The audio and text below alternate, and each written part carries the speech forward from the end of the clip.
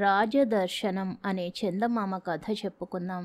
కరిపురానికి రాజు బలవర్ధనుడు. ఆయన భార్య ఒక ఆడపిల్లను కని మరణించింది. రాజు మరొక భార్యను వివాహమాడాడు గాని ఆమెకు సంతానం కలగలేదు. రాజు తన కుమార్తెకు హేమ అని పేరు పెట్టుకొని ఎంతో గారాబంగా పెంచాడు. తన అనంతరం ఆమె సింహాసనం ఎక్కుతుంది గనక ఆమెకు రాజు సమస్త విద్యలు నేర్పించాడు. హేమ బాగా చదువుకున్నది కావడమే కాక ఎంతో అందెగత్తె కూడాను. ఆమెను చూసి సంతోషించని మనిషి ఆమె మారుతల్లి ఒక్కతే. ఆవిడకు హేమను చూస్తే సహించరాని అసూయ. అందుచేతనే రాజు హేమకు ఎన్ని సంబంధాలు వచ్చినా ఆవిడ ఇంకా మంచి సంబంధం వస్తుంది అంటూ అడ్డుపుల్ల వేస్తూ వచ్చింది.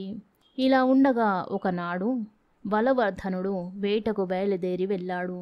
మారుతల్లి హేమను ఒకసారి రమ్మని కబురు మీద కబురు పంపింది.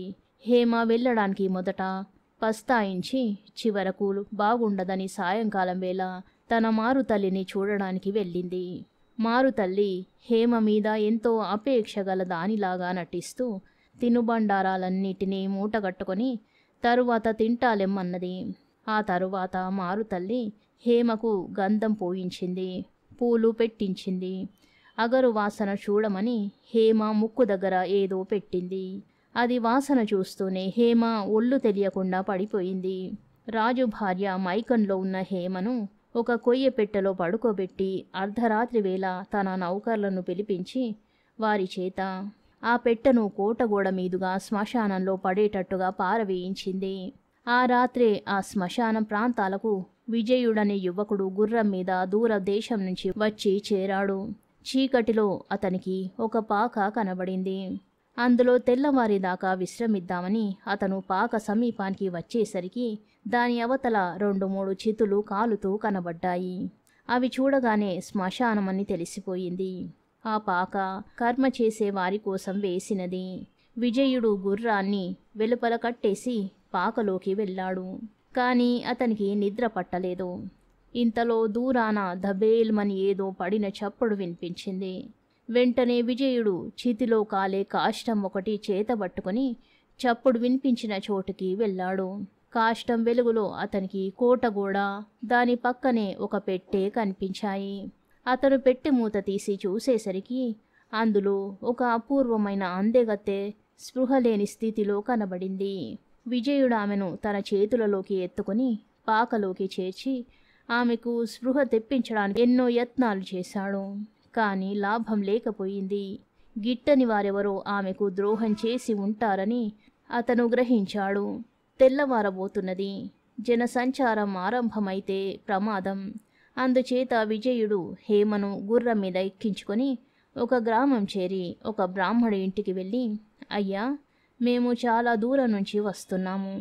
నా భార్యకు చాలా జబ్బుగా ఉంది. 2 రోజులు మీ ఇంట ఉండనిస్తారా? చికిత్స చేయించుకుంటాను అని అడిగాడు. గృహస్థు సరేనని ఒక మూలగది చూపించాడు. పగలల్లా విజయుడు ఉపచారాలు చేయగా సాయంకాలానికి హేమకు స్పృహ తెలిసింది. ఆమె విజయుణ్ణి చూసి ఆశ్చర్యపోయింది. అతను తనకు తెలిసినదంతా ఆమెకు చెప్పాడు. తరువాత ఆమె అతనితో తన చరిత్ర యావత్తూ చెప్పింది. తాను అతని భార్య అయినట్టు విజయుడు గృహస్థుతో తప్పనిసరి అయి చెప్పినప్పటికీ హేమ తన ప్రాణాలు కాపాడిన విజయుణ్ణి మనసులో భర్తగా స్వీకరించింది. కొద్ది రోజులలోనే హేమ ఆరోగ్యం కుదుటపడింది. కానీ ఆమెకు విజయుడికి కొత్త బెడద ఒకటి వచ్చి పడింది. వేట నుంచి తిరిగి వచ్చిన బలవర్ధనుడు హేమ ఏమైందని అడిగితే ఆయన భార్య ఎవరి వెంటనో వెళ్ళిపోయింది అని చెప్పేసింది. రాజుకు ఆగ్రహం వచ్చి తన కుమార్తెను వెతకటానికి అన్ని వైపులా భటులను పంపాడు. ఈ విషయం నలుగురు చెప్పుకుంటుండగా విజయుడు విని ఇంటికి వచ్చి హేమతో సంగతంతా చెప్పేశాడు. ఇద్దరూ చర్చించుకొని ఆ రాత్రి ప్రయాణమై వెళ్ళిపోవడానికి నిశ్చయించుకున్నారు. ఎందుచేతనంటే హేమ నిజం చెప్పినా రాజు నమ్మడు. అపాయం హేమకు మాత్రమే గాక ఆమెను రక్షించిన విజయుడికి కూడా చుట్టుకుంటుంది. విజయుడు హేమ రహస్యంగా జరిపిన చర్చను ఇంటి యజమాని అయిన బ్రాహ్మడు మాత్రం విన్నాడు. హేమ రాజకుమార్తె అని, ఆమెను మారుతల్లి చంపడానికి యత్నించిందని ఆయనకు తెలిసిపోయింది. అనుకున్న ప్రకారం ఆ రాత్రే విజయుడు హేమ గుర్రం మీద ప్రయాణమై వెళ్ళిపోయారు. వారా విధంగా చాలా రోజులు ప్రయాణం చేసి జయపురం అనే నగరం చేరి సత్రంలో బస చేశారు. ఆ రాత్రి హేమకు నిద్ర పట్టలేదు. ఎన్నడూ కష్టమన్నది ఎరగకుండా రాజభోగాలు అనుభవించిన తాను అన్ని సుఖాలకు దూరంగా ఎక్కడో దేశం కాని దేశంలో సత్రంలో తలదాచుకోవలసి వచ్చినందుకు ఆమె దుఃఖించసాగింది.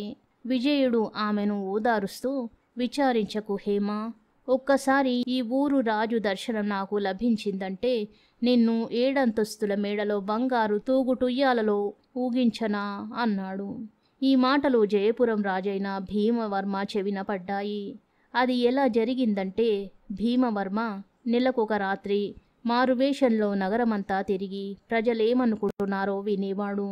ఈ రాత్రి ఆయన మారువేషంలో సత్రం సమీపానికి వచ్చేసరికి విజయుడి మాటలు ఆయన చెవిన పడ్డాయి. ఈ యువకుడు తన దర్శనం లభించినంత మాత్రం చేతనే తన భార్యను 7 అంతస్తుల మేడలో ఎట్లా ఉంచుతాడో చూడాలని ఆయనకు ఆసక్తి కలిగింది. ఆయన మర్నాడు సభకు వస్తూనే తన మంత్రిని పిలిచి, సత్రంలో ఒక యువకుడు భార్య సమేతుడై వచ్చి బస చేస్తున్నాడు. అతని భార్య పేరు హేమ. వెంటనే భటులను పంపి అతన్ని సభకు ఆహ్వానించండి అన్నాడు. రాజభటులు సత్రానికి వెళ్ళి సగౌరవంగా విజయుణ్ణి సభకు తీసుకువచ్చారు. భీమవర్మ అతన్ని చూసి తన సింహాసనం పక్కనే ఆసనం చూపి కూచోమని సంజ్ఞ చేశాడు. అంతకన్నా ఆయన విజయుడితో మరే సంగతి మాట్లాడలేదు. మధ్యాహ్నానికి రాజు సభ చాలించాడు.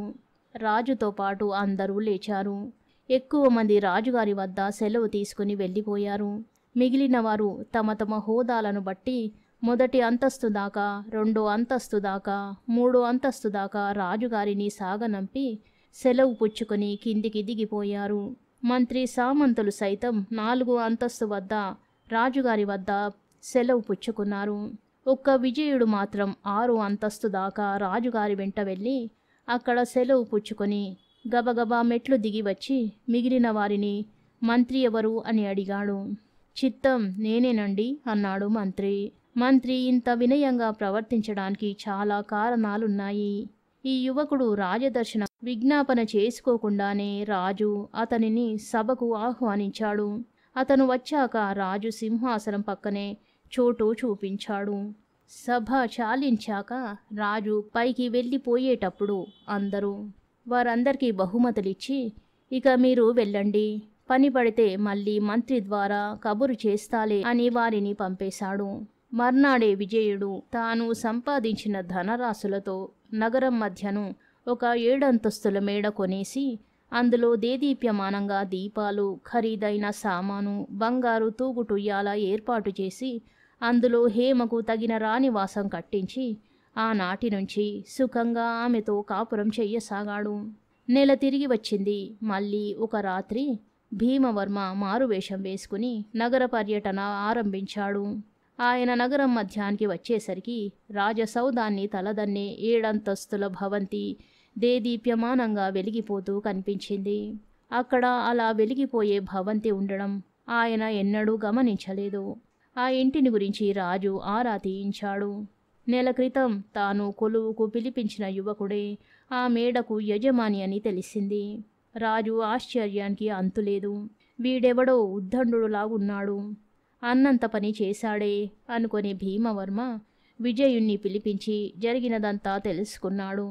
తన మంత్రి వట్టి బుద్ధిహీనుడని, అంతకంటే విజయుడే ఎంతో సమర్థుడని తోచి రాజు విజయుణ్ణి ఆనాటి నుంచే తన మంత్రిగా నియమించుకున్నాడు. కొంతకాలం గడిచింది. హేమ గర్భవతిగా ఉండి కాలక్రమాన మగ శిశువును కన్నది. మంత్రిగారికి కుమారుడు కలిగాడని ఊరంతా ఉత్సవాలు చేశారు. కానీ హేమకు మాత్రం ఏమాత్రమూ ఆనందం లేదు.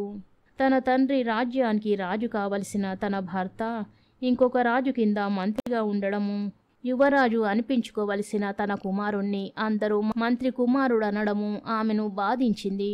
ఆమె మనసు ఎన్నోసార్లు స్వదేశం మీదికి, తండ్రి మీదికి పోయింది.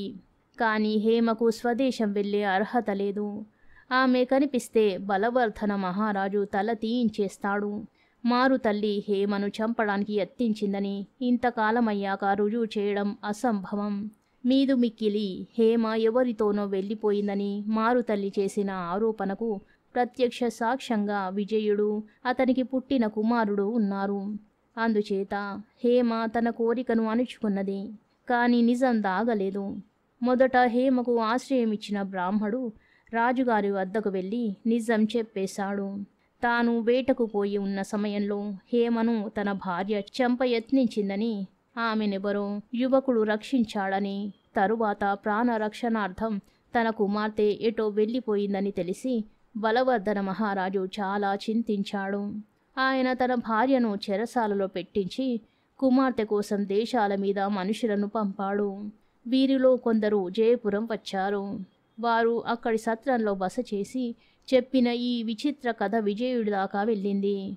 వెంటనే అతను హేమతో ఆ విషయం చెప్పేశాడు. తన కొరకు తండ్రి వెతికిస్తున్నాడని తెలియగానే హేమకు ఎక్కడ లేని ఆనందము వచ్చింది.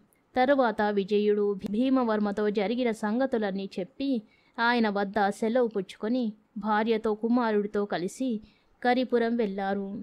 బలవర్ధనుడి ఆనందానికి మేరలేదు.